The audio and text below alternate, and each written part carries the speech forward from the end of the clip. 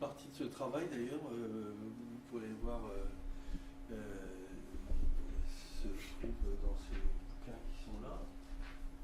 Alors, on va partir d'un constat qui est que ce qui se passe autour de nous dans la société, c'est que souvent le Picard, ça fait rire. Les gens pensent que c'est un sujet marrant. Bon, pas vous qui êtes là manifestement avec des intentions sérieuses, mais autour de nous, c'est bien comme ça que ça se passe. Et alors, je vais donc, moi, en parler sérieusement, qu'il s'agisse du picard, du ch'ti, du patois, du rouchi, hein, tout ça pour les linguistes, ça porte un nom englobant qui est le picard, hein, ou la langue picarde, si vous voulez. Une autre caractéristique très très forte, c'est que même quand on parle, on est embarrassé pour écrire. Ben oui, parce qu'on n'a pas appris à écrire. On a passé, chacun de nous a passé, je dirais, au moins 6 heures par semaine pendant 10 ans pour maîtriser à peu près l'écriture du français. Vous vous rendez compte, c'est absolument énorme quand on essaye de faire un petit calcul. 6 heures par semaine pendant 10 ans, je pense que c'est un minimum même. Eh bien, pour le picard, rien. Donc, même en admettant qu'on parle la langue, de la parler à l'écrire, il y a une distance très très importante, hein, une distance institutionnelle. Bon. Et puis, un troisième constat d'entrée qui est que, à propos des langues en général, et du picard en particulier, mais même du français d'ailleurs, hein, quand on dit aux gens qu'on travaille sur les langues, ah bon, vous étudiez l'origine. C'est-à-dire que la question de l'origine, souvent c'est la seule question qui semble pouvoir être raisonnable à propos d'une langue ou des langues. Hein. Et je vais donc essayer ce soir de vous montrer qu'il y en a un bon paquet d'autres. Hein, et je vais essayer de vous parler des démarches de recherche. Hein, des démarches de recherche concernant le picard. Donc je ne vais pas vous dire tout sur le picard, je vais simplement vous parler de quelques recherches qui ont lieu. Puis je vais vous demander l'autorisation de me mettre à l'aise parce que... Voilà. Alors, cela dit, même si la démarche historique n'est pas la seule, elle existe, bien entendu. Hein, et donc, je vais vous la détailler un peu. La question... oui, si vous voulez des précisions sur tout ce qu'on peut faire en matière de recherche, c'est le thème d'un numéro de la revue Bien dire et bien apprendre à Lille, qui a vraiment fait le point sur l'ensemble des recherches qui ont lieu actuellement sur le picard.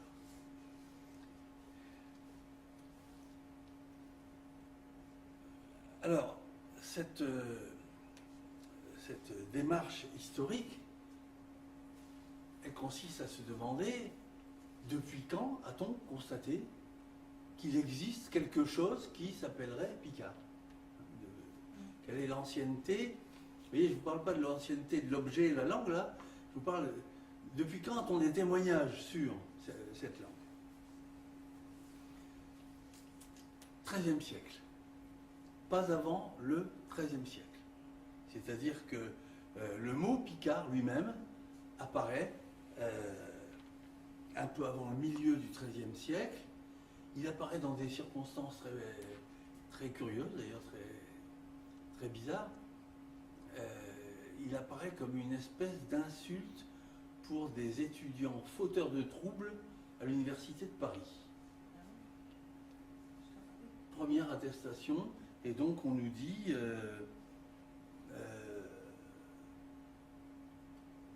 est-ce que je l'ai mise là? Enfin bref, on nous dit, il y a des gens qu'on appelle vulgairement picards qui étaient responsables des troubles. Voilà. Et ces gens qu'on appelle vulgairement picards, 129. oui voilà, hein? Ici, voilà, on va y arriver. Donc,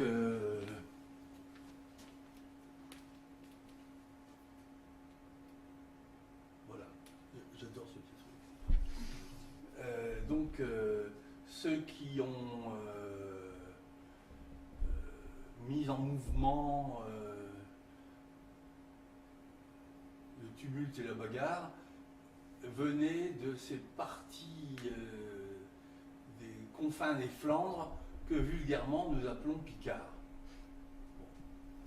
Bon. Vulgairement, entendons-nous, vulgaritaire, ça veut dire dans la langue vulgaire, c'est pas en latin. Voilà. Et donc, avant cette date, on a le mot picard, picardus, qui existe seulement comme nom d'une personne. Il n'y a pas la notion d'un groupe humain qui s'appellerait Picard. Et que signifie Picard? L'hypothèse la plus vraisemblable, c'est que c'est un surnom qu'on attribue à des gens qui ont une pique. Avec un suffixe ar qui est péjoratif. Peut-être cela nous vient-il du néerlandais, langue dans laquelle ar est aussi péjoratif. Donc voilà un début dans la péjoration.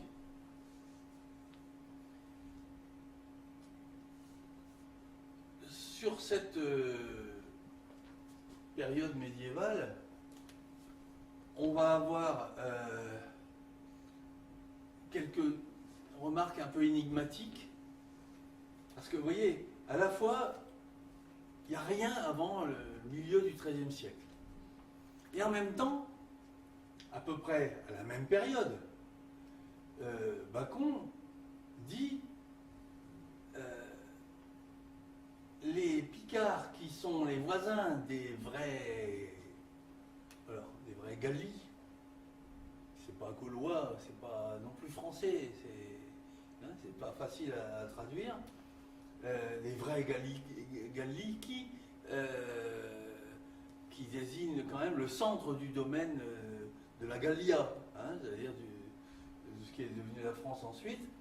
Donc les Picards ont une telle diversité de mœurs et de langues qu'on ne peut sans étonnement qu'on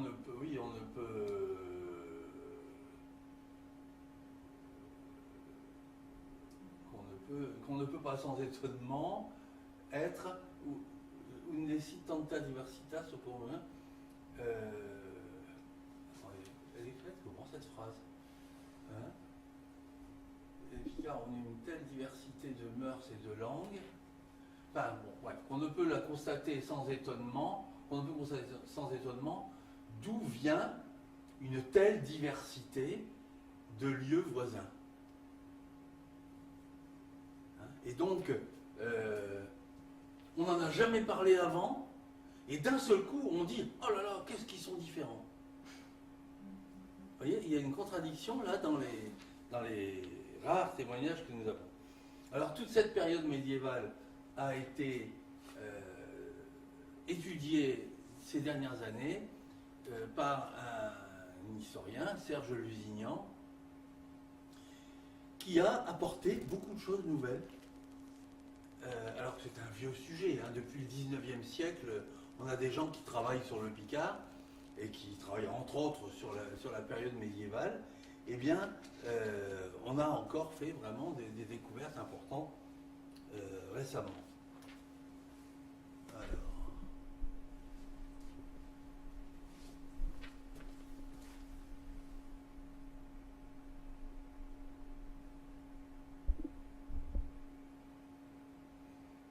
voyez, donc un peu dans la même période, donc on a Bacon qui fait ses observations, hein, qui dit par exemple,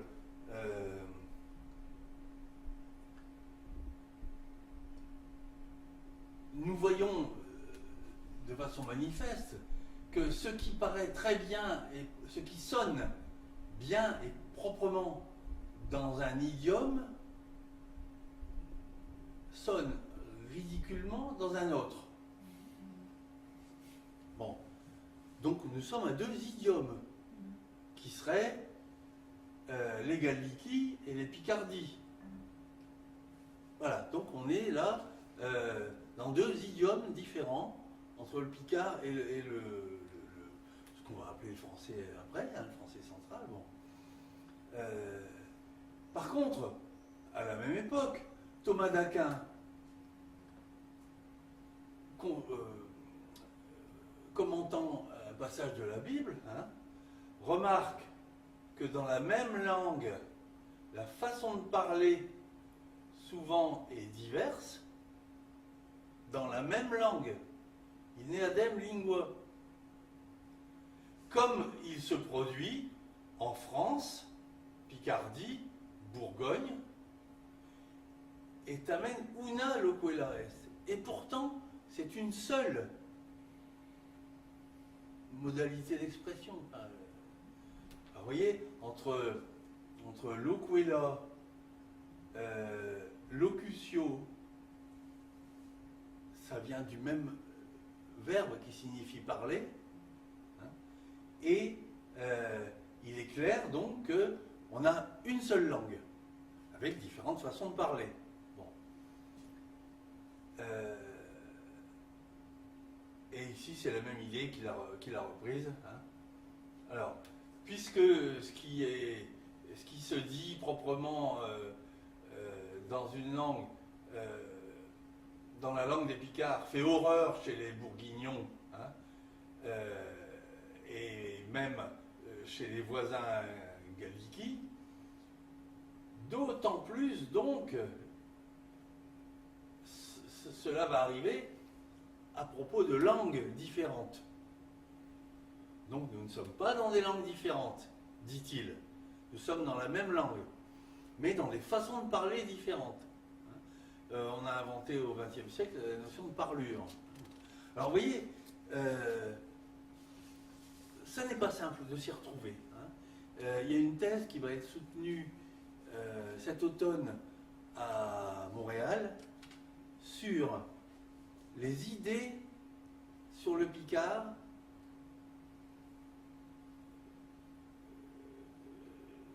perceptibles chez les auteurs médiévaux. Voilà un sujet de thèse. Hein. Qu'est-ce que les auteurs médiévaux disent à propos du Picard et comment le voient-ils. Bon. Donc ça risque d'être tout à fait intéressant. Je vais la recevoir bientôt. J'aurai l'été pour la lire. Bon.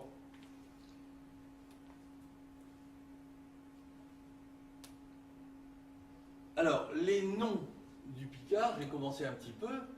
On a bien sûr l'idiome des Picards. Remarquez que ce n'est pas le Picard, c'est l'idiome des Picards. Et idioma,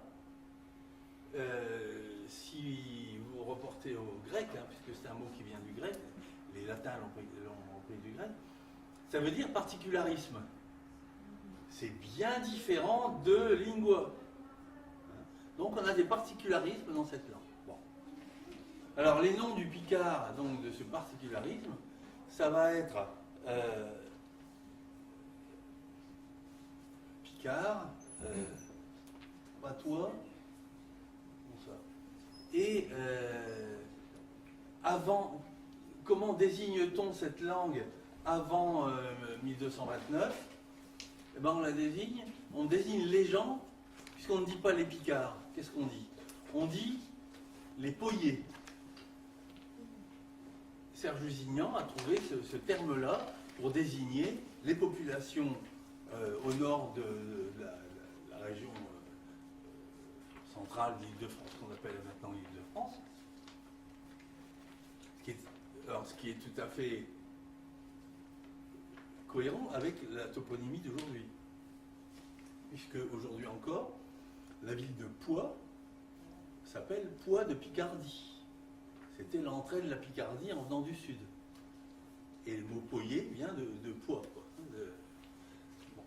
Donc vous voyez, une réalité qui n'est pas facile à saisir et qui est pleine de contradictions. Et puis, dans les noms qui ont suivi, il y a eu le mot patois. Alors, le mot patois, grande invention française, qui signifie quoi? Donc, c'est difficilement traduisible dans d'autres langues. Hein. Plusieurs langues l'empruntent. Bon. Parce que c'est vraiment une invention française. C'est, en gros, ça signifie, ce n'est pas une langue. Et pour toutes les langues de France, autres que la langue du roi, on a parlé de patois. Ce n'est pas une langue. C'est à peu près le seul sens de ce mot. Hein. Oui, c'est un langage, il y a des gens qui le parlent, etc., etc., etc. Mais ce n'est pas une langue, ce n'est pas une vraie langue. À part ça, on n'a pas de signification différente pour patois, différente de ce que serait le mot langue. Autrement dit, ce qui compte, c'est le traitement par la société des langues, hein, qui aboutit à leur donner un nom. Et ce traitement social, il rentre, en ce qui concerne le picard, dans un cas extrêmement banal, qui est cette situation où il y a une langue réputée élevée et une langue réputée basse. C'est une notion qui a été découverte au début du XXe siècle à propos du grec moderne, puisque à cette époque, il y avait le grec élevé, le grec savant, qu'on apprenait à l'école, qui imitait le grec ancien. Hein, c'était pas vraiment le grec ancien, mais c'était le plus proche possible. Il fallait 10 ans d'école pour réussir à le maîtriser à peu près, alors que le peuple, lui, parlait grec. Mais l'autre grec, celui que tout le monde a comme langue familiale, spontanée, etc. Hein, et Psicari, hein, ce chercheur, a nommé cette situation une diglossie. Hein, il y a deux langues, il y a la glossa du haut et la glossa du bas. Et à propos de la glossa du haut, on dit toujours la même chose, à savoir, elle est belle, elle a une grammaire rigoureuse, elle a un vocabulaire riche, on l'apprend à l'école, les grands auteurs s'expriment. Et à propos de la langue du bas, on dit, éventuellement elle est laide, il n'y a pas beaucoup de vocabulaire abstrait, il n'y a pas de grammaire, on dit en général la langue du bas, il n'y a pas de grammaire, hein, et puis elle n'est pas intéressante, il n'y a pas de littérature intéressante, évidemment, c'est la langue des domestiques et des usages quotidiens. Donc, voilà. Eh bien, cette situation de diglossie, vous avez ça partout dans le monde à propos de centaines et de centaines de langues. Et donc, dans le cas du picard, il est clair qu'on est dans cette situation. Hein. De même qu'on est dans cette situation à propos du bourguignon, du breton, l'alsacien, l'occitan, etc. Hein. Tout a été réputé langue basse et patois.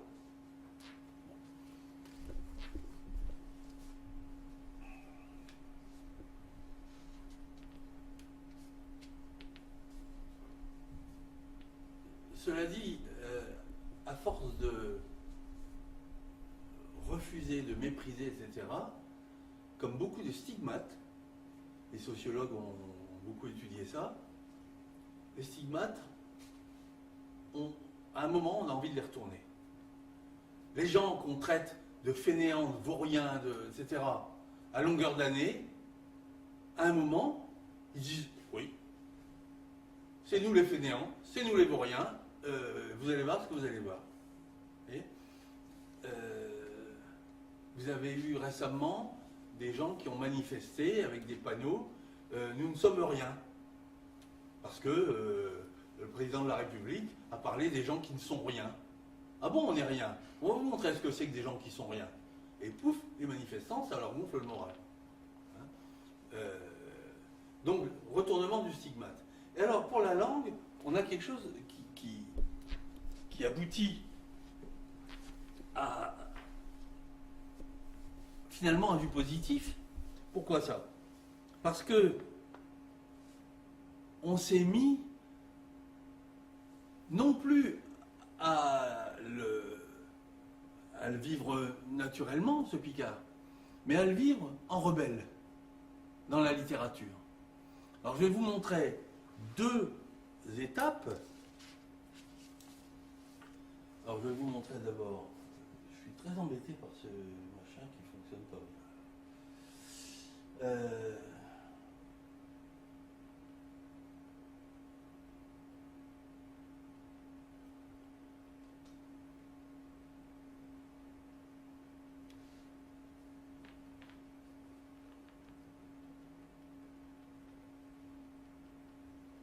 Voilà.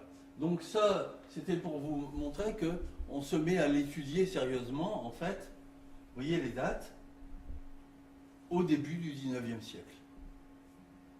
Ça devient un objet pour savants au début du 19e siècle, avec des témoignages tout à fait étonnants d'ailleurs. Un des premiers témoignages que nous ayons dit ceci, je pense au chanoine Henbert, dit ceci: hâtons-nous de recueillir les derniers vestiges de cette langue qui est en train de disparaître. C'est un des premiers témoignages que nous avons à l'époque moderne. Vous voyez. Et donc, ce thème, que le Picard disparaît, l'accompagne depuis au moins 2 siècles. Alors, je continue. Ah voilà, c'est ça que je voulais.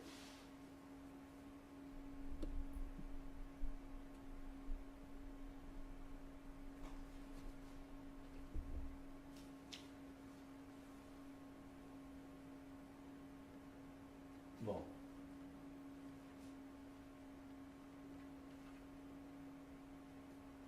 Voilà. Alors, ce que je veux vous montrer, donc, c'est ce qui se passe entre le Moyen-Âge, dont nous parlions, l'apparition, hein, bon, et les siècles qui ont suivi.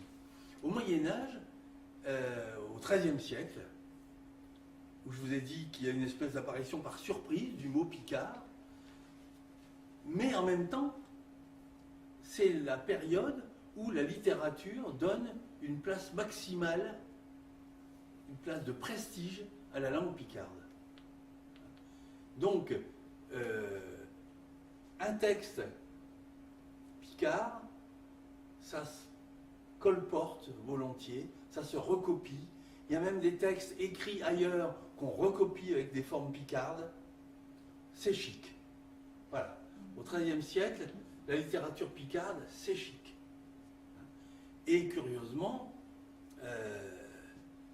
on a fort peu de commentaires sur la qualification de Picard. Vous voyez, tout ça, c'est des périodes encore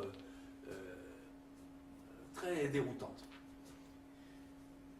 Donc, au XIIIe siècle, je vous montre là un texte picard. Un des grands textes picards, puisque c'est le jeu de Robin et Marion, écrit à Arras par Adam de la Halle. Arras était quand même à cette époque-là une ville qui prêtait de l'argent au roi de France. Hein, les bourgeois d'Arras prêtaient de l'argent au roi de France. Ils étaient, sur le plan économique, en situation très confortable. On écrit donc en picard. Qu'est-ce que ça veut dire? Ça veut dire que j'ai mis dans la colonne de droite un repérage. Par amour, douche Puchel. Or, me contez pourquoi cette canchon cantée. Je remarque que les formes douche Puchel sont picardes, sont typiquement picardes. Parce que dans cette région-là du nord de la France, le douce, CE, du latin dulcia et qui a donné en français douce, eh ben, ici ça se dit douche. Pucelle, la jeune fille, ça se dit puchelle. La chanson, c'est canchon. Le verbe chanter, c'est canter. Et tout ça, ça vous est parfaitement familier. Parce que c'est encore très vivant aujourd'hui. Aux allons canter un shot de canchon, c'est du picard d'aujourd'hui. Donc vous voyez, on n'a aucun doute sur le fait que c'est très picard. Bon. Voler par-dessus les camps, au-dessus des champs, hein.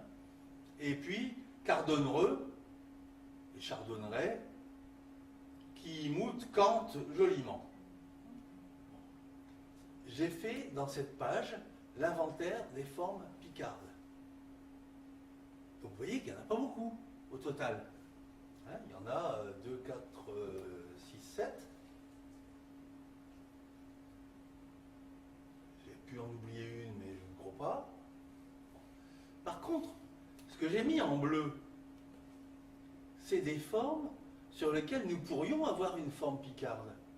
Par exemple, ceste canchon.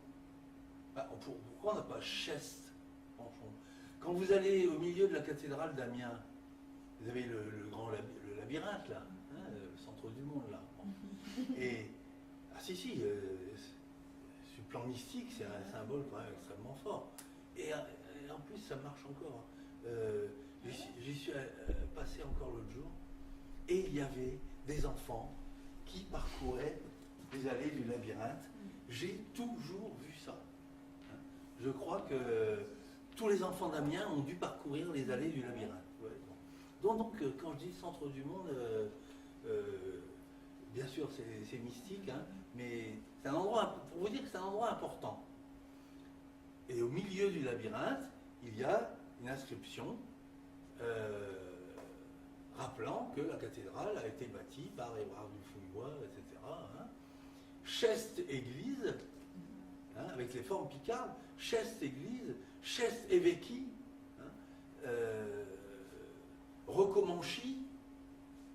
Donc vous voyez, on a des formes picardes là au milieu de la cathédrale, au milieu du labyrinthe. Et donc ici, on pourrait bien avoir cheste canchon. Bon. Il m'achière, on pourrait très bien avoir il m'acquiert. Aujourd'hui on dit quière. Hein. Il m'acquiert, c'est-à-dire qu'il m'accorde beaucoup de valeur, quoi. Il me chérit. Hein. Encore, regardez les démonstratifs. Bon. Pinson, la forme picarde, ce serait pinchon. Bon. Alors, qu'est-ce que ça veut dire? Ça veut dire qu'au XIIIe siècle, voilà un texte picard qui contient quelque chose comme 10% de forme picarde. Et ça n'empêche que ça suffit à lui donner cette couleur picarde fort renommée dans tout le royaume. Tous les textes de cette époque, pas seulement picard, hein, mais tous les textes contiennent des marques dialectales. Quand c'est pas du picard, ça va être du champenois, ça va être du bourguignon, ça va être du poitevin, du normand. Pas du parisien, parce qu'il n'y a jamais eu de dialecte parisien. Vous savez, vous lisez peut-être parfois qu'il y a eu un dialecte francien qui aurait donné le français. C'est fou. C'est-à-dire que le francien, ça a été inventé à la fin du XIXe siècle par des grammairiens nationaux qui disaient il faut que ce soit la forme de Paris qui est gagnée, hein, qui est emportée pour créer le français. Et en fait, c'est pas du tout comme ça que ça s'est passé. Le français, je dis, c'est la langue du roi. C'est pas la langue d'une région. Excuse-moi, mais l'argot ou la langue verte alors? La langue verte. Ou l'argot, enfin, c'est aussi. C'est un patois parisien? Ah non, c'est pas parisien l'argot, il y en a partout de l'argot. Parce qu'à écrit Cavana, par exemple, ce qui fait Rado, tout ce. Oui, mais il y en a partout de l'argot. Et l'argot change légèrement selon les endroits en plus. Hein, l'argot de Lille, l'argot de Paris, l'argot de Marseille, c'est pas le même. Hein. Et puis, non, l'argot c'est la langue des truands. Et, Ou la langue verte alors? oui, on peut l'appeler langue verte aussi si vous voulez. Hein, mais il y en a partout. Hein. Elle n'est pas localisée en elle-même, c'est un phénomène général, mais il y a des variations selon les lieux, comme la plupart des langues. Il y a eu un moment où l'argot était très très secret, ce qui n'est plus le cas aujourd'hui. Hein. La basoche du temps de Villon, c'était effectivement une langue qu'aujourd'hui encore on a du mal à déchiffrer. Mais l'argot, le phénomène social que nous appelons maintenant l'argot, c'est beaucoup moins secret que ça. Hein. C'est une langue beaucoup moins cryptée que ça. C'est une langue verte, effectivement. Voilà. Bon, donc, voilà ce que c'est qu'un texte picard du XIIIe siècle. Maintenant, peut-être que ça irait avec ça.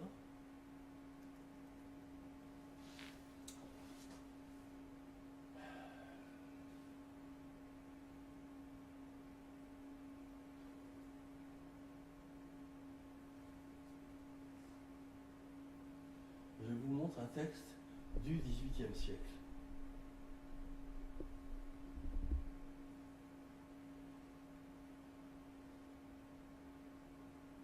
Du XVIIe, pardon.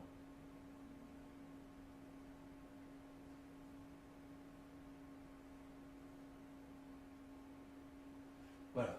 C'est un texte du XVIIe siècle, écrit en picard.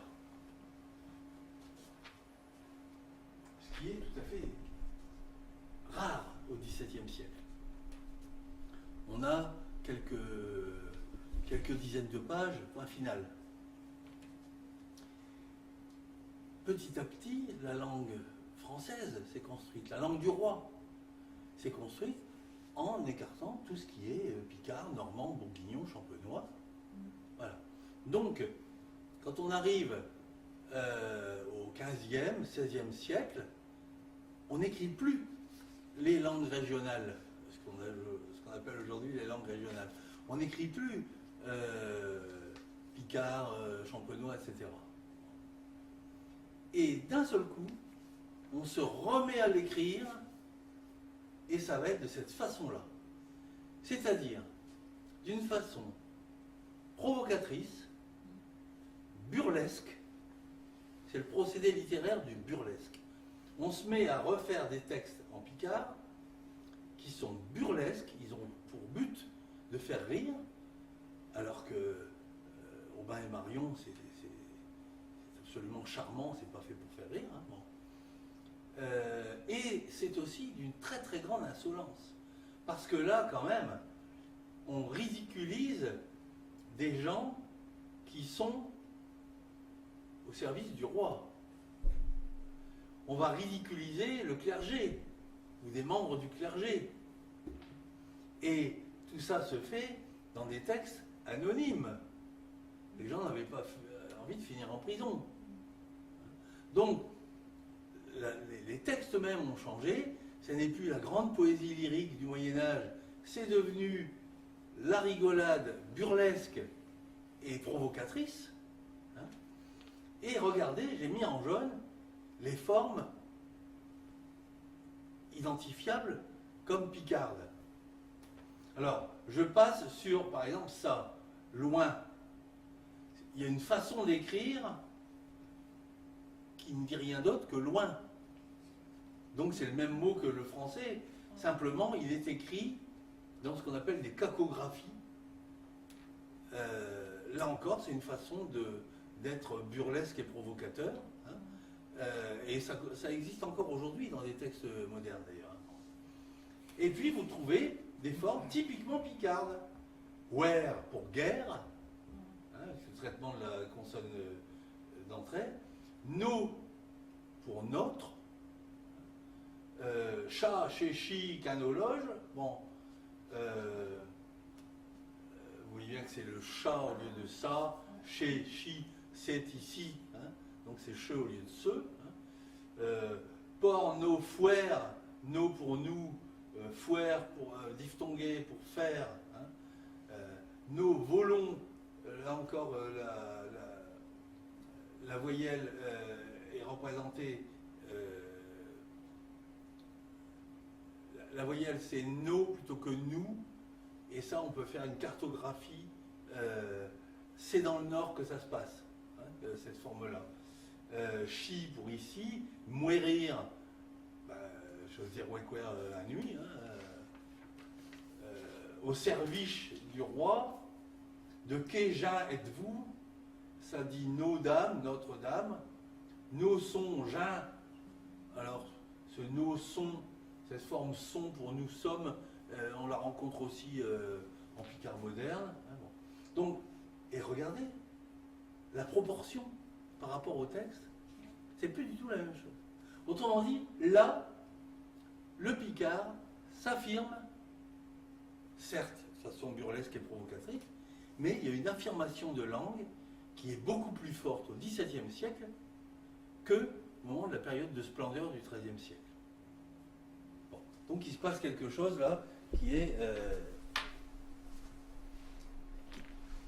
promis à un bel avenir, puisque aujourd'hui encore, hein, il y a des centaines de personnes qui écrivent en picard.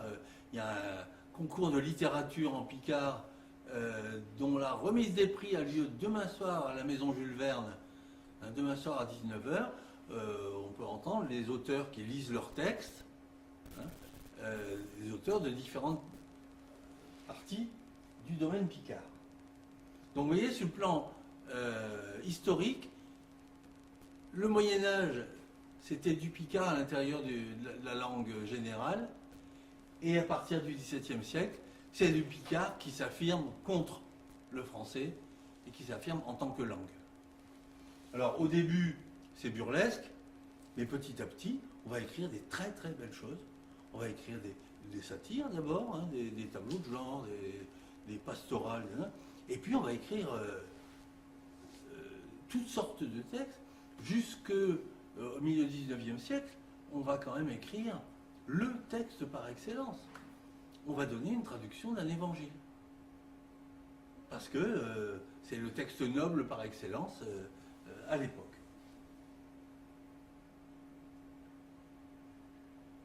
Et donc aujourd'hui encore, vous avez une littérature picarde considérable. Vous avez un aperçu de cette histoire dans l'anthologie de la littérature picarde qui est là. Et bouquin qui se trouve, vous l'avez peut-être à la médiathèque? Alors non, voilà. Ça donne une idée pour plus tard. Bon.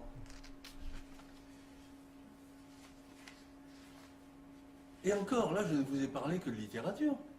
Mais tout ne se passe pas dans la littérature. Les gens, ils parlent. Hein? Et les gens continuent à parler d'une façon qu'on dit « Ah là là, c'est Picard, qu'est-ce que c'est spécial ?» etc. Vous voyez, j'ai voulu montrer que ça apparaît même dans la littérature, mais bien entendu, ça n'est pas que là. Alors...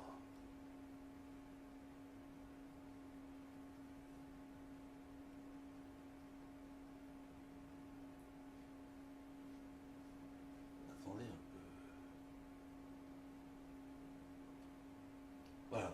Et alors là, ce que je vous montre là, c'est tout simplement la transcription d'une pièce de théâtre de chez Caboutan d'Amiens, hein, La Fleur, qui dit « Tchèche qui n'a point connu Schlinch de Bédouf a vu ce trompette d'un zbouk ». Et là, si vous regardez Oui, alors donc, qui est-ce qui n'a pas connu l'ange du beffroi avec sa trompette dans sa bouche? Et là, si vous regardez la proportion de formes picardes, on dirait que c'est du pur picard, quoi. Hein. Il y a des formes qui, bien sûr, sont communes avec le français, du genre qui, hein, connu, trompette, point final. Il y a 3 formes communes avec le français, tout le reste, c'est des formes spécifiquement picardes. Donc on a une langue là qui s'affirme, qui s'est affirmée, qui a donné un certain nombre d'œuvres. Hein.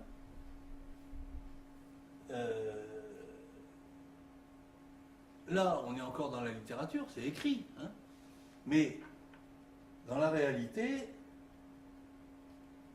ça c'est une petite transcription que j'avais faite de quelqu'un que je connaissais, et on bavardait comme ça. Hein. Et puis j'avais mis un petit magnétophone, je lui ai demandé l'autorisation après d'utiliser. Hein. Mais voilà comment il parle.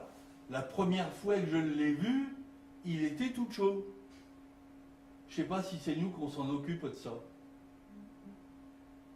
Voilà un amiénois ordinaire, hein, avec la première fouet. Je l'ai vu, ce doublement duel aussi qui est typiquement régional. Il est difficile de dire que ce soit du picard, mais c'est du français tel qu'il se parle dans la région ou du picard. Hein, bon. Et tout chaud, tout petit. Hein, le picard reste vivant sous cette forme mélangée. Et il a probablement été sous cette forme mélangée depuis fort longtemps. On a des témoignages bien anciens à ce sujet. Voilà, donc ce schéma complètement raté prétend dire ceci. On est à une période de prestige vers le XIIIe siècle, puis le picard disparaît dans la littérature. Au XVe, XVIe, on n'a pas de texte picard. Certains textes datés du XVIe, on s'est rendu compte qu'en fait, ils étaient du début XVIIe. Enfin, vous voyez, mais on est dans le creux de la vague. Et ensuite, le gros trait qui remonte, c'est l'aventure d'une langue qui s'affirme, qui se construit, qui devient plus cohérente, qui produit sa littérature, etc., etc.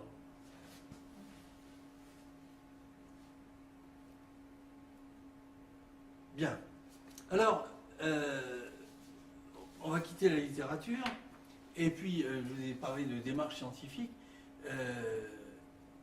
La grande démarche scientifique du XIXe siècle, ça a été qu'on s'est intéressé à la façon dont les gens parlent. C'est très curieux. Au XVIIe siècle, on ne s'intéressait pas à la façon dont les gens parlaient. Ils devaient parler bien, c'est tout. Ils devaient parler comme le roi.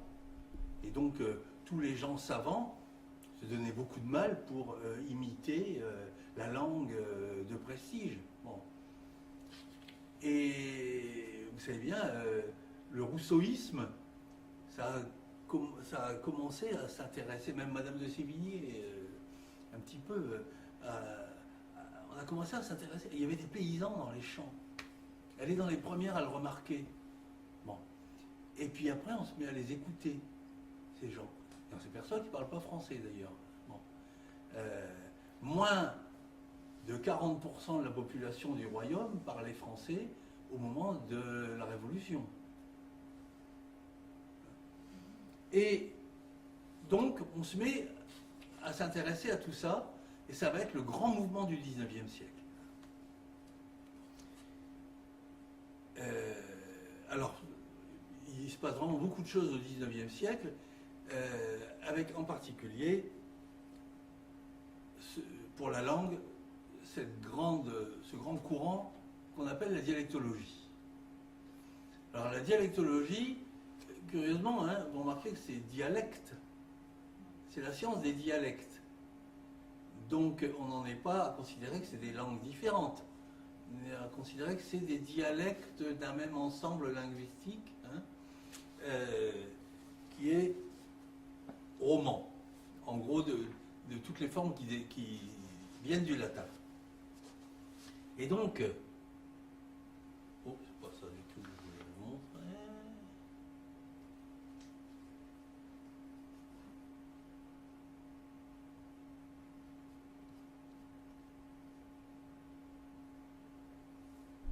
Voilà. Alors cette carte a été publiée par le fondateur en France de la dialectologie.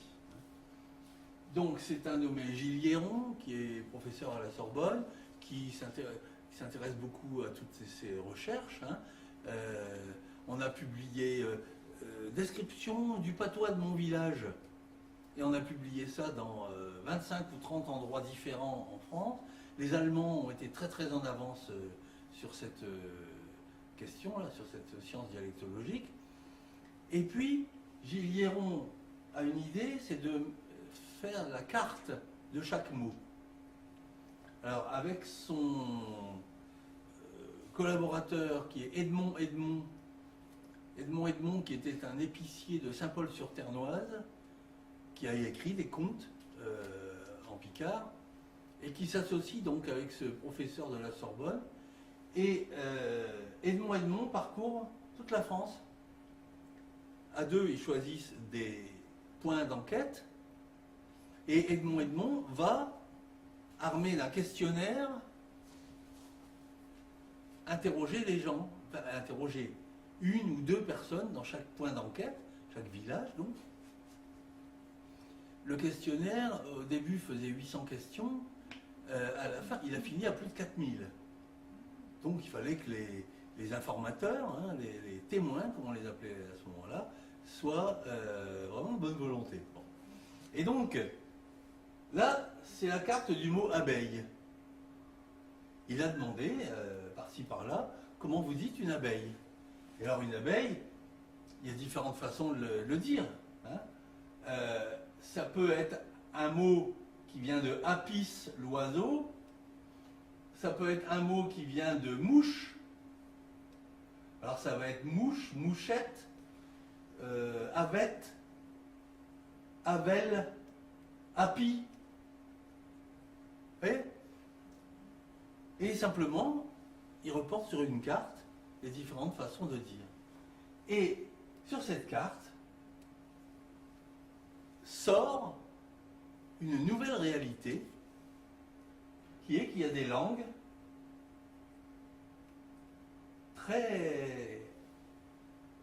des langues qui occupent des surfaces, qui occupent des aires linguistiques.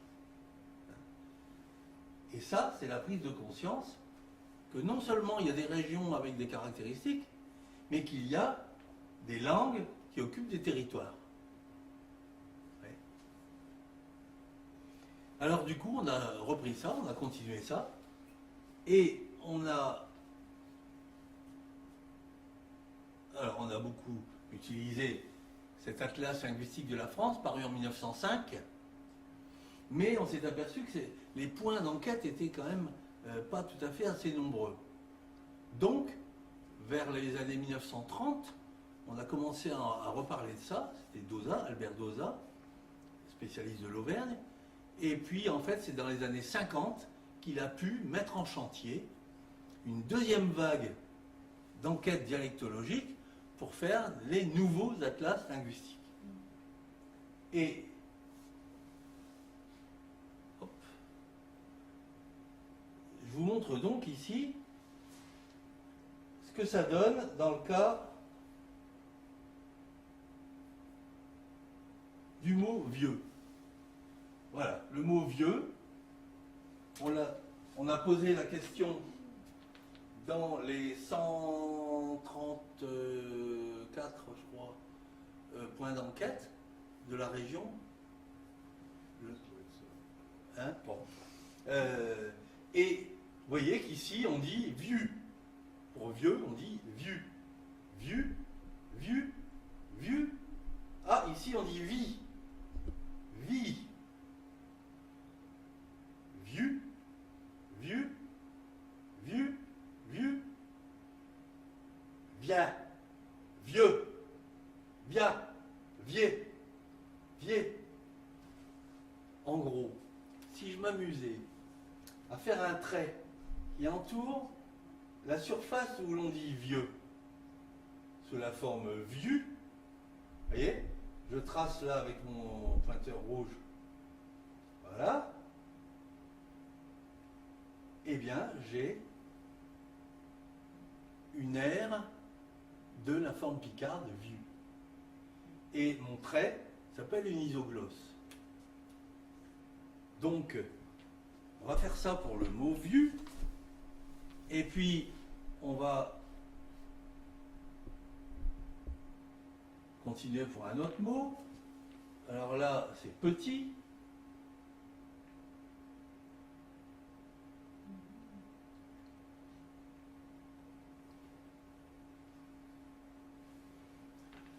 Alors vous voyez, bon, la ligne est loin d'être régulière. Il y a deux remarques. Hein. C'est que la ligne n'est pas forcément régulière, hein, sauf qu'il y a un centre du domaine qui est quand même très marqué, quoi. Hein. La forme Cho, qu'on a ici, par exemple, hein, eh bien, on la trouve quand même dans une grande partie du domaine picard, mais il y a aussi des variantes avec des Pcho ou Tio. Ouais, bon. Simplement, la forme française petit, c'est ça qui est à l'extérieur du trait. Là. Bon. Donc, voilà la carte du mot Tcho. Remarquez que ça ne correspond pas exactement à la carte du mot vieux.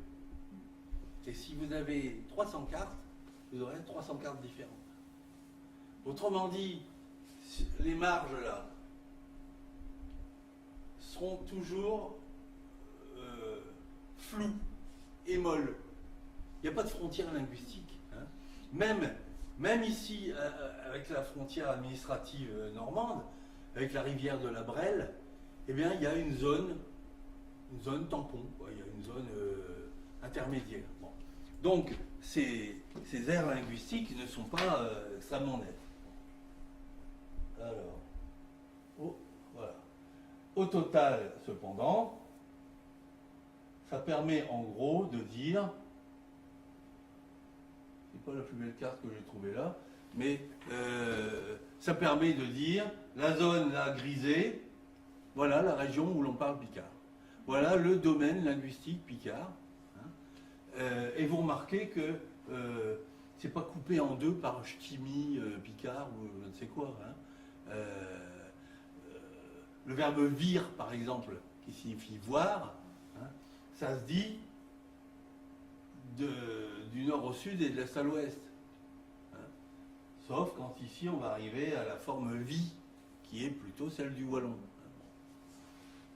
Voilà, donc on a bien une région, un domaine linguistique picard, et ça c'est vraiment une conquête, une construction de la dialectologie.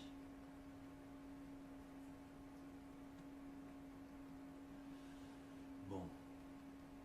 Alors comme on a fait ça dans toutes les régions, eh bien tout naturellement, on peut faire une carte de France avec une zone normande, une zone picard-ch'timi, une zone wallonne, lorrain, etc. Et le bassin parisien qui est une zone de mélange, en fait. C'est-à-dire qu'à 5 km du boulevard périphérique parisien, il y a des endroits qui portent des noms picards, et à 5 km à l'est, on a relevé des formes champenoises encore au milieu du XXe siècle. Vous voyez ? Et puis en bas, il y a le Tourangeau qui monte presque aussi jusqu'à Paris. Enfin, à la rigueur, c'est là qu'il y aurait une zone centrale la plus cohérente. Hein, bon. On fait de la dialectologie angevine, on fait de la dialectologie tourangelle, et j'insiste là-dessus parce qu'on a cette légende que le français le plus pur serait parlé à Tours ou à Angers. Hein. On sait d'où ça vient. Ça vient des touristes allemands du 19e siècle qui se figurait qu'avec les châteaux de la Loire, il y avait forcément la langue la plus pure. Hein, voilà. Alors, ça c'est une autre chose qu'on peut faire avec les relevés dialectologiques.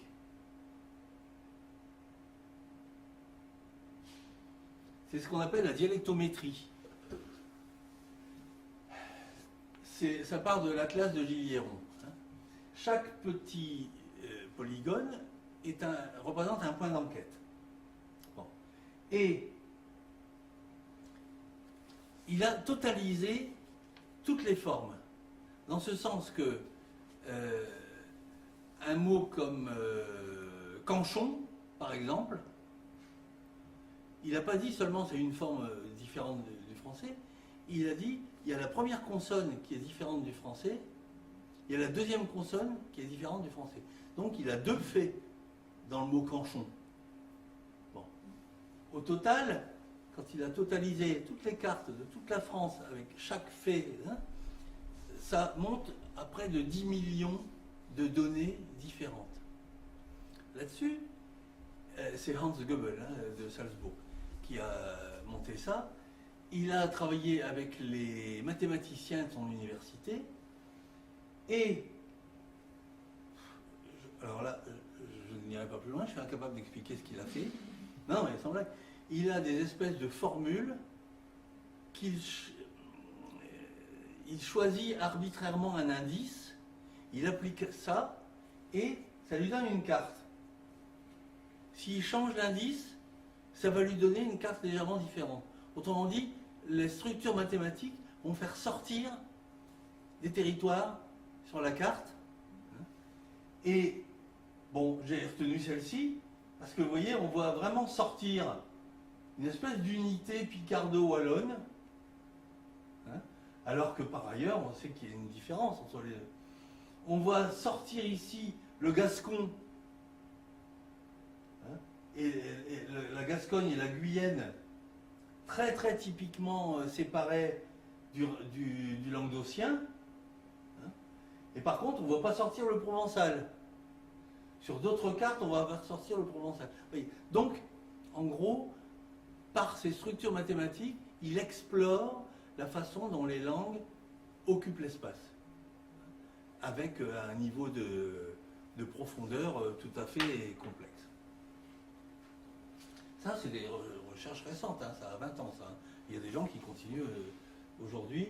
Je pourrais vous montrer les cartes d'Italie du Nord, par exemple, qui sont également passionnantes.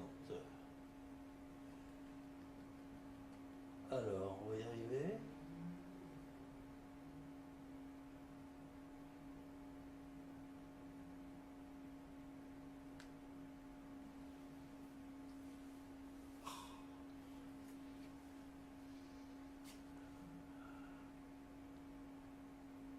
Bon. On en termine avec la dialectologie. Alors, tout ça, c'est bien beau, mais on obtient donc dans différents lieux des témoignages sur l'existence d'une forme locale. Très bien. Mais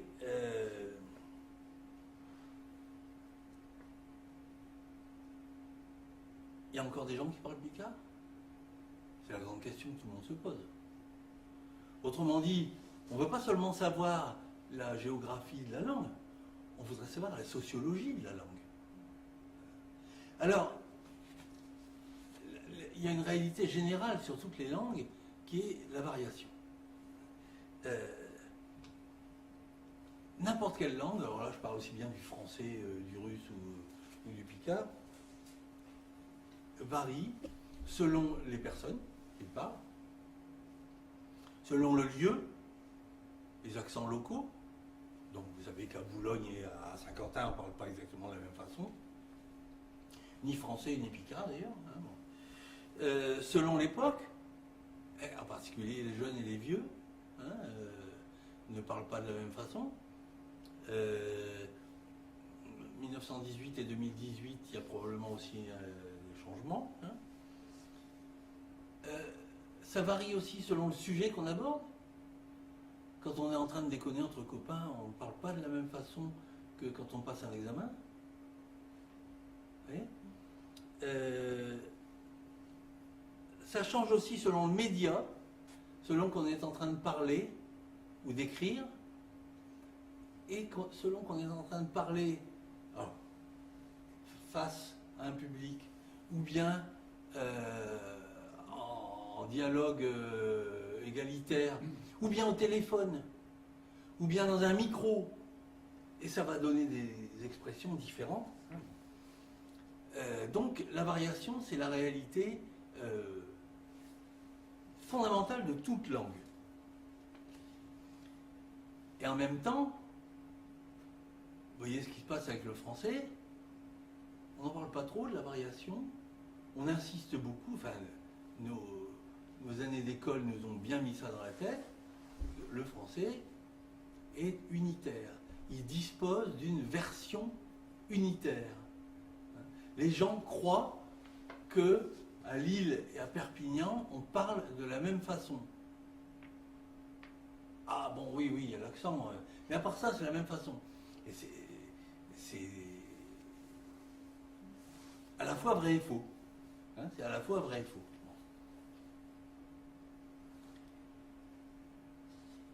Figurez-vous que jusqu'à 1960 à peu près, on ne s'intéressait pas à ce sujet. C'est-à-dire que les études sur la variation sociale, selon le milieu social, selon les circonstances, etc., on n'étudiait pas ça. Et aujourd'hui, on a vraiment beaucoup étudié ça et on a beaucoup de connaissances sur la façon dont une langue varie, et c'est toutes les langues, comme je vous l'ai dit. Simplement, j'en reviens au picard. Pour une langue comme le picard, qui n'a pas eu d'institution du tout à son service, eh bien, il n'y a pas eu ce facteur d'unification que représente le français standard, le français écrit, le français de l'école. 6 heures par semaine pendant 10 ans, c'est un facteur d'unification important, malgré tout ce qui reste de variation. Et le picard n'a pas eu ça. Bon. Résultat, le picard fait partie de ces innombrables langues du monde qui ne sont pas unifiées. Alors déjà que le français ne l'est pas vraiment, mais il a une version unique à l'écrit, presque à l'oral. Bon. Eh bien, sur les 5 ou 6 000 langues qui existent dans le monde, il y en a une infime minorité qui ont cette réalité qu'on appelle la standardisation. Il y a peu de langues qui ont un standard. La plupart des langues sont des langues de groupe. Et donc, il y a un groupe qui parle d'une façon, puis le groupe d'à côté, il parle d'une façon légèrement différente. Et c'est la loi normale des langues. Donc, pour le picard, il n'y a pas de standard qui aurait été décidé par l'école. Il y a quand même quelque chose qui circule. Si vous achetez Astérix Irinthe à l'école, par exemple, eh bien, les auteurs de cette version ont travaillé entre quelqu'un du Nord, quelqu'un du Vimeux, et ils ont fait une version qui passe à peu près chez tous les Picards. Donc ils ont tendu vers ce qu'on appelle une coïnée, une version commune qui circule. Enfin, ça marche à peu près. Oui, on se comprend. De toute façon, on se comprend, mais on se donne par la pratique une version commune de la langue. Ça nous renvoie à l'époque de la Grèce hellénistique, au IIe siècle après Jésus-Christ. Les Grecs se sont mis, d'Égypte et de Grèce, se sont donné une version de la langue qui circulait, si vous voulez, qui permettait de parler dans tout l'est du bassin méditerranéen. C'est ça qu'on a appelé la coïnée. Alors, donc la question de la standardisation, alors on en discute. Nous menons avec l'agence actuellement un petit travail pour faire une liste unifiée de vocabulaire voyez, pour que ça serve à des gens de tout le domaine picard. Hein. Et c'est difficile. Ici, c'est autre chose. C'est carrément de la sociologie que je vous montre. La sociologie, pourquoi ça? Parce que, imaginez ce que c'est qu'une enquête. On est 6 ou 8 à l'université, on monte une enquête, on arrive à mobiliser 10 ou 15 étudiants qui vont réussir à interroger, dans le meilleur des cas, 50 ou 60 personnes. Hein, voilà le mieux qu'on peut envisager. Deuxièmement, comme vous savez, au recensement, on n'a pas le droit de demander aux gens quelle langue ils parlent. Parce que ce serait contre l'unité de la République, paraît-il. Donc c'est strictement interdit. C'est un dogme républicain, on ne vous demande pas quelle langue vous parlez, ni votre religion, par exemple. En Belgique, ce n'est pas un dogme républicain, c'est simplement qu'en 1963, ils se sont mis d'accord pour ne plus poser la question entre la zone francophone et la zone néerlandophone, hein, flamingante, parce que c'était carrément un ferment de guerre civile. Donc, c'est interdit en Belgique, pour la paix civile, si vous voulez. Bon. Eh bien, malgré ça, figurez-vous, alors il y a un tas de pays où ça se fait, au contraire. Eh bien, en 1999, le directeur de l'Institut national des études démographiques, qui fait le recensement avec l'INSEE, j'ai une grande admiration pour ce monsieur, il a obtenu l'autorisation de coller une enquête au recensement. Alors, non pas sur l'ensemble du recensement, mais seulement sur 260 000 personnes. 260 000 personnes ont été interrogées, avec 3 petites questions linguistiques. Est-ce que vos parents vous ont parlé une langue autre que le français? Est-ce que vous avez parlé une langue autre que le français à vos enfants? Et est-ce qu'il vous arrive de la parler avec des amis? 3 petites questions, hein, sur 260 000 personnes. Alors, avec quelques collègues, nous avons travaillé sur les 5 départements du Nord. En plus, l'INSEE nous a donné à une dizaine de laboratoires en France un CD avec toutes les données du recensement, plus l'enquête, pour qu'on essaye de sortir du sens. Voilà, on voit des choses. Mais d'abord, j'attire votre attention sur le fait que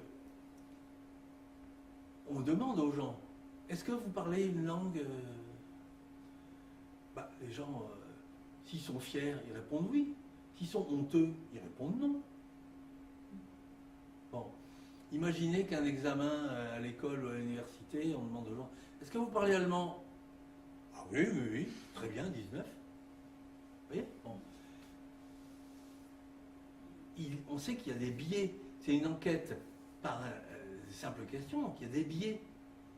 Les gens, je ne veux pas dire qu'ils sont menteurs, mais consciemment ou moins consciemment, on arrange des fois un peu la réalité. Hein? Je connais 3 mots de picard, on me demande ce que je parle. Je vais dire, je parle picard, moi. Hein? Bon. Ou bien alors, je connais 3 mots de picard, mais ça se porte mal dans mon entourage. Je ne vais pas le dire. Hein? Donc, la réalité nous échappe à travers ce genre d'enquête. Alors, ce sont des déclarations. Eh bien, prenons les déclarations pour ce qu'elles sont, à savoir des déclarations. C'est le choix que nous avons fait. Et donc, voilà les déclarations. Aujourd'hui, les gens qui déclarent un éventail de langues diverses et variées sont en diminution. Les gens qui déclarent l'anglais en jaune d'or là sont en augmentation. Les gens qui déclarent le picard, regardez, sont également en diminution. Les gens qui déclarent l'arabe et le berbère sont en augmentation. Voilà, donc on peut faire des statistiques sur les déclarations. Il y a des choses qui se déclarent et puis d'autres qui ne se déclarent pas. Remarquez que... bon, allez, je passe là-dessus. On ne sait pas ce que les gens parlent, en réalité, hein, quand ils disent ça. Mais ils déclarent ça.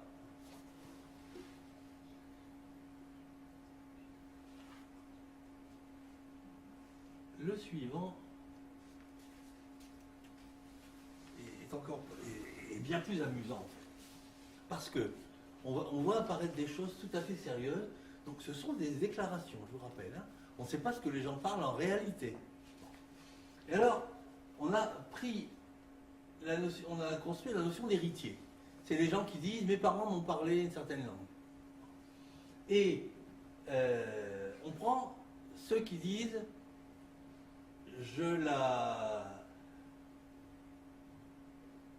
il m'arrive de parler cette langue ». Donc je l'ai hérité, il m'arrive de la parler. Si on prend l'arabe et le berbère, c'est assez important et homogène dans toutes les catégories sociales. Pour l'anglais, les cadres aux professions intellectuelles supérieures ont beaucoup hérité de l'anglais et le parlent beaucoup, disent-ils. Autrement dit, je traduis d'une façon un petit peu cynique, hein, mais quand on est cadre, on dit qu'on parle anglais. Vous voyez, hein, je ne sais pas ce que vaut ma caricature, mais nous sommes dans des déclarations là. Hein. Et il y a une chose tout à fait curieuse pour le Picard, c'est que on a également les cadres aux professions intellectuelles supérieures qui déclarent beaucoup le Picard, plus que les indépendants et les agriculteurs, plus que les employés et les ouvriers. Alors, vous savez bien, nous sommes dans une société où, quand on entend parler du Picard, c'est probablement un cadre bancaire ou un prof. On peut être soupçonneux quand même. Hein. Quand on entend parler Picard ici, la probabilité, moi il me semble, c'est ouvrier ou agriculteur. C'est pas seulement agriculteur, puisqu'on est dans une région où le Picard a été fortement conservé par les ouvriers. Hein. Voilà. Alors, ce qu'on touche à travers ça, en fait, à travers ces déclarations-là, hein, c'est un mouvement d'opinion. Aujourd'hui, enfin en 1999, ça se porte bien de dire oui, j'ai gardé le Picard. Vous voyez, on perçoit là, dans une catégorie qui est souvent considérée comme porteur d'opinion, comment on appelle ça, leader d'opinion, eh bien, on a là quelque chose qui manifeste des opinions assez favorables au Picard actuellement. Voilà. Mais est-ce que les gens parlent réellement? C'est une autre affaire. Mais dans ce cadre-là, l'âge n'a pas été pris en compte. Si, on peut croiser aussi. Tout est, d'accord, tout est croisable. Vous voyez, on a travaillé sur un tableau comportant 29 000 lignes et 260 colonnes. Bon. Donc,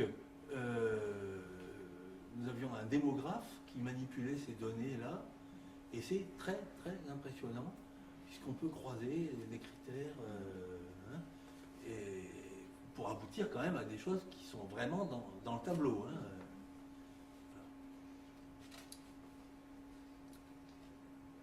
Bien. Alors,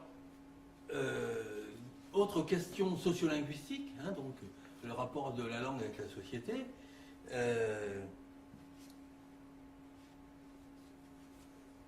Puisque de vastes enquêtes avec des milliers de gens comme ça s'appuient presque forcément sur des questions, enfin je veux dire sur des déclarations, c'est pas très satisfaisant. À certains égards oui, à d'autres égards non. Alors il y a une autre voie qui est l'enquête de type ethnologique. On va rencontrer les gens, on va même passer du temps avec eux, on va jouer avec eux, on va, vous voyez, bon.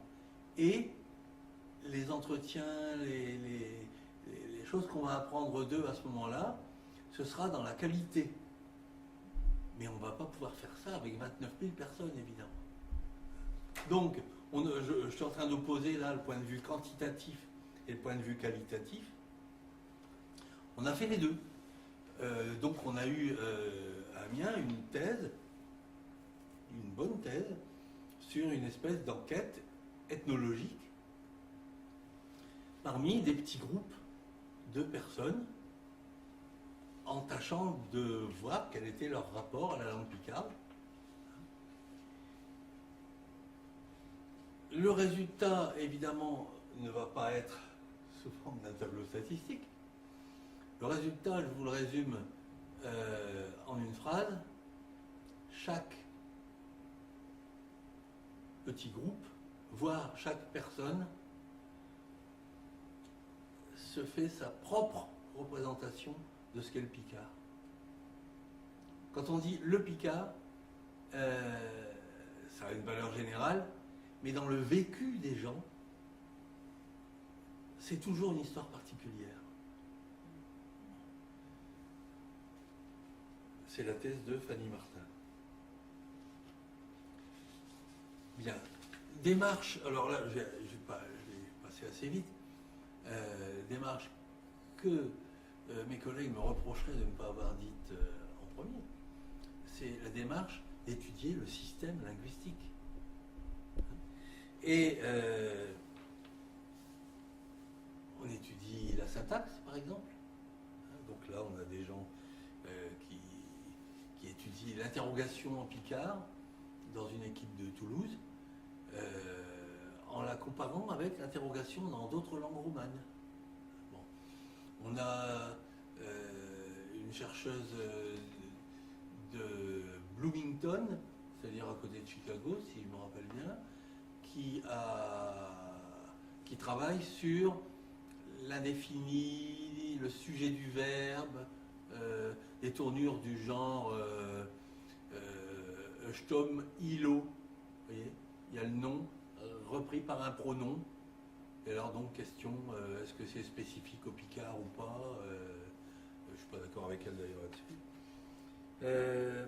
On a quelqu'un qui a fait une thèse remarquable sur la phonologie, c'est-à-dire les sons, simplement les sons, indépendamment du sens des mots, hein, avec une théorie très très moderne, qui permet de rendre compte ensuite de la frontière de groupe, hein, des petits pays qui ne prononcent pas pareil, mais qui se reconnaissent quand même, etc. Enfin, bon, c'est des choses extrêmement techniques. Hein. Et je vais finir, comme il se doit à notre époque, puisque nous vivons une époque moderne, je vais finir par l'informatique. Je vais vous citer deux grands projets informatiques. Alors, il y en a un qui est tout juste terminé là, qui s'appelle Restore, et qui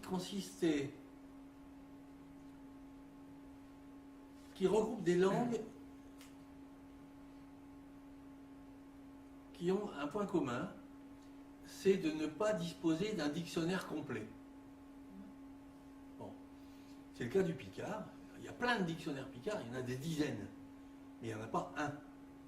Bon.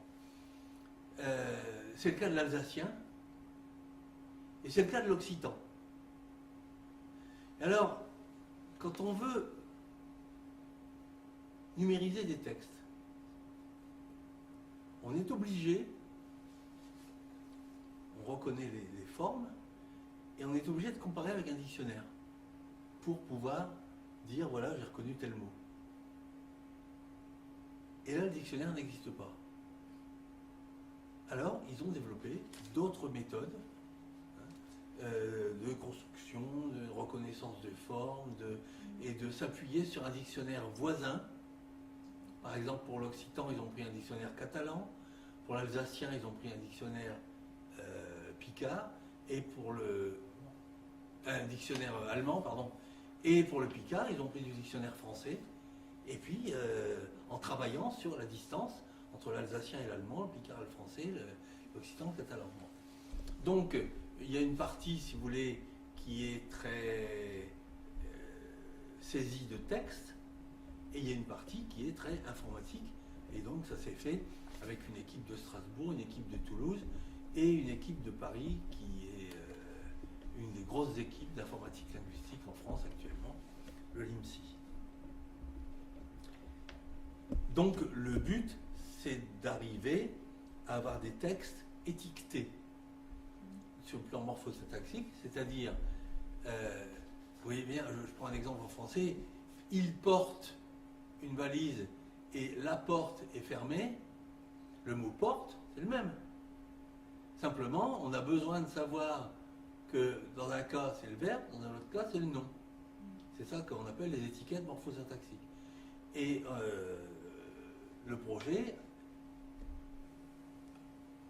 aboutit à étiqueter des grands textes sur le plan morphosyntaxique et donc à pouvoir, par exemple, chercher quel est l'usage du mot porte quand il est un verbe.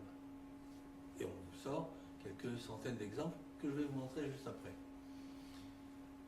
Et puis, il y a un projet qui est la grande réalisation de l'équipe de linguistique et du Centre d'études Picard de l'Université de Picardie, qui est le projet Picard Texte. Alors là, sachez que c'est à votre disposition, c'est gratuit, c'est en ligne, et vous pouvez jouer avec tant que vous voulez. Je vous le présente rapidement. Voilà. Vous cherchez Picard Texte, vous tombez là-dessus. Et donc vous avez petite présentation et l'accès public, l'accès au module de recherche. Voilà. Alors le module de recherche,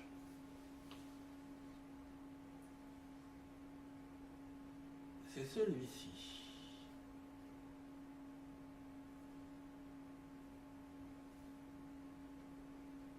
Voilà. Ce que nous avons fait, c'est que nous avons entré plusieurs centaines de textes dans l'ordinateur. Ce qui est un travail quand même très lourd et important. Hein, ça a pris des années. On a donc un corpus d'environ 8 millions de mots, ce qui est consistant. Sachez qu'on a pris modèle sur ce qui s'est fait pour le français, où ils ont mis 30 ans pour accumuler 200 millions de mots. Donc on s'en sort pas mal en 7-8 ans avec nos 8 millions de mots. Hein, et on peut continuer à l'enrichir. Donc on a entre 300 et 400 textes, et ils sont situés. Je peux par exemple choisir de prendre uniquement les textes de la Somme, ou les textes du Hainaut belge. Bon. Je peux choisir d'après la date de naissance des auteurs qui est indiquée. Et je peux choisir ce que je cherche. Par exemple, si je cherche le mot chair, alors chair, ça peut vouloir dire, ça veut dire tomber. Hein, bon. Eh bien, ou bien je le cherche écrit comme ça, ce qu'on appelle une chaîne littérale, ou bien je cherche tout ce qui se prononce chair. C'est-à-dire qu'il y a des règles qui ont été intégrées dans cet outil, et même si c'est écrit comme ça, je vais le trouver quand même. Mais il y a des coins du domaine Picard où on ne va pas dire chair, on va dire care, cœur. Eh bien, il y a des règles aussi qui ont été intégrées pour que ça permette de trouver ça. Enfin, il y a l'expression rationnelle. Vous connaissez ça, les expressions rationnelles? C'est un langage un petit peu formel qui permet de faire des interrogations, si vous voulez. Je passe là-dessus. Voilà, donc vous faites votre configuration là. Et j'oublie, oui, le choix entre des genres. BD, chansons, romans, chroniques, etc. Et donc, hop, qu'est-ce que ça va nous donner? Ça va nous donner des concordances. Une concordance, c'est ça. C'est-à-dire que le mot que je cherche, il est là, et j'ai un petit bout de texte avant, un petit bout de texte après.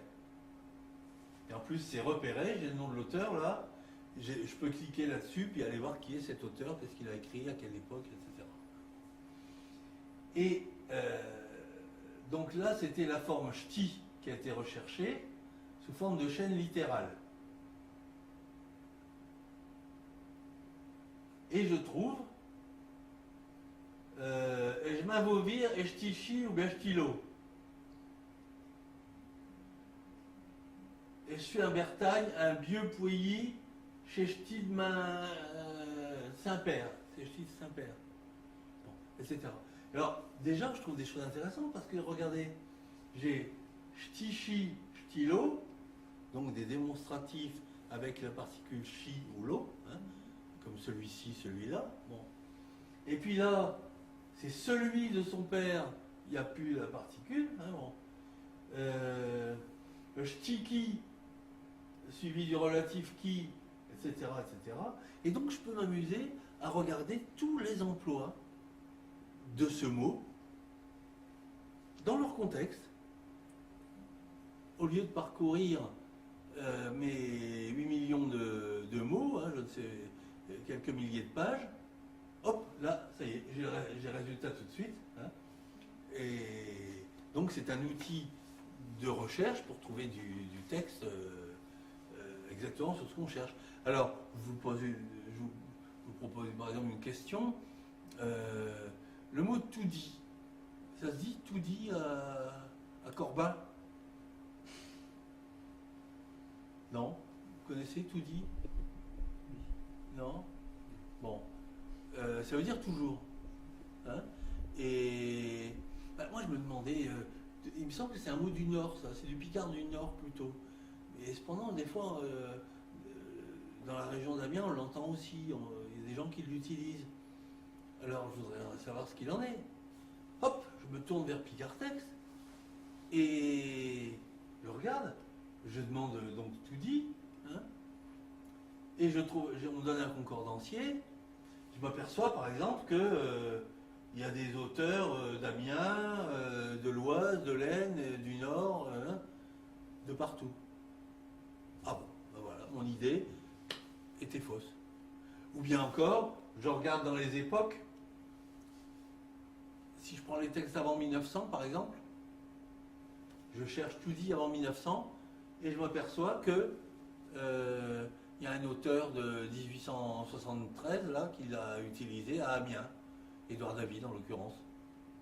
Ah voilà, bon donc ça y est, j'ai ma réponse. Vous voyez, je pose une question et j'ai ma réponse appuyée sur la littérature picarde dans son ensemble. Voilà, donc je vais m'arrêter là. Une phrase de conclusion quand même, c'est que la langue est loin d'avoir disparu. Maintenant, est-elle vivante, archi-vivante, capable de survivre encore longtemps, etc. Personne, je crois, ne peut sérieusement s'amuser à faire des prédictions.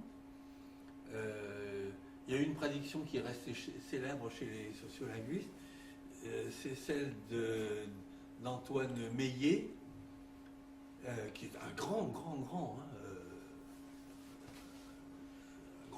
savant du début du XXe siècle. Et en 1911, il écrivait à propos des francophones du Canada: il est évident que la francophonie aura bientôt disparu au Canada. 1911. Et donc il s'est vraiment planté le doigt dans l'œil jusqu'au genou. Donc on ne va pas s'amuser à faire des prévisions. Mais aujourd'hui, il se passe encore un certain nombre de choses importantes. Oui, mais ça me paraît bizarre parce que quand même, lorsque les personnes, il y a 50 ou 100, 80 ans, parlaient picard chez eux et que les enfants n'ont pas suivi, donc ne parlent plus picard, pourquoi ça ne disparaîtrait pas alors? Oui.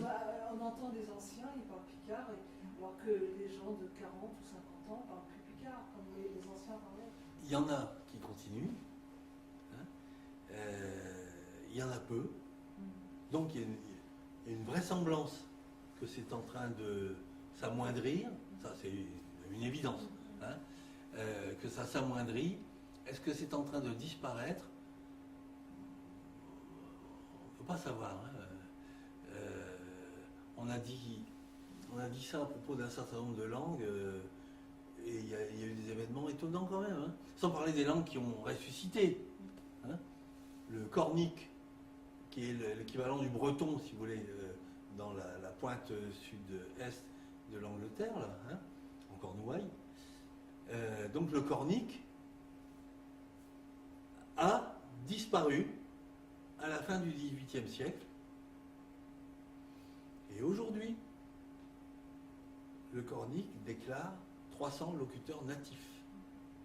Donc il y a des gens qui ont récupéré la langue de façon un peu livresque, volontariste, etc., qui ont élevé leurs enfants avec cette langue, et il y a 300 personnes aujourd'hui qui parlent le cornique, ce qui est parfaitement imprévisible, quoi, si vous voulez. Hein. L'hébreu, avec le mouvement sioniste, l'hébreu n'était plus parlé depuis 6 siècles, hein, quand même. Hein. La vraie culture des juifs, c'est le yiddish, qui est une espèce de patois allemand. Hein. Et puis avec le projet sioniste de Ben Yehuda, ils ont fait revivre cette langue pour des raisons religioso-politiques, quoi, si vous voulez. Hein. Donc il se passe tellement de choses étonnantes que on n'est pas sûr. Cela dit, tout le monde s'accorde pour dire quand même que le niveau baisse, hein, le niveau de pratique est en baisse. Mais les gens le parlent, enfin parlent, moi je pense qu'ils mettent plutôt des mots picards dans le français, mais les gens ne savent plus l'écrire, ils ne savent même pas le lire. C'est entre ce qui est parlé et ce qui est écrit, c'est quand même très différent. Enfin,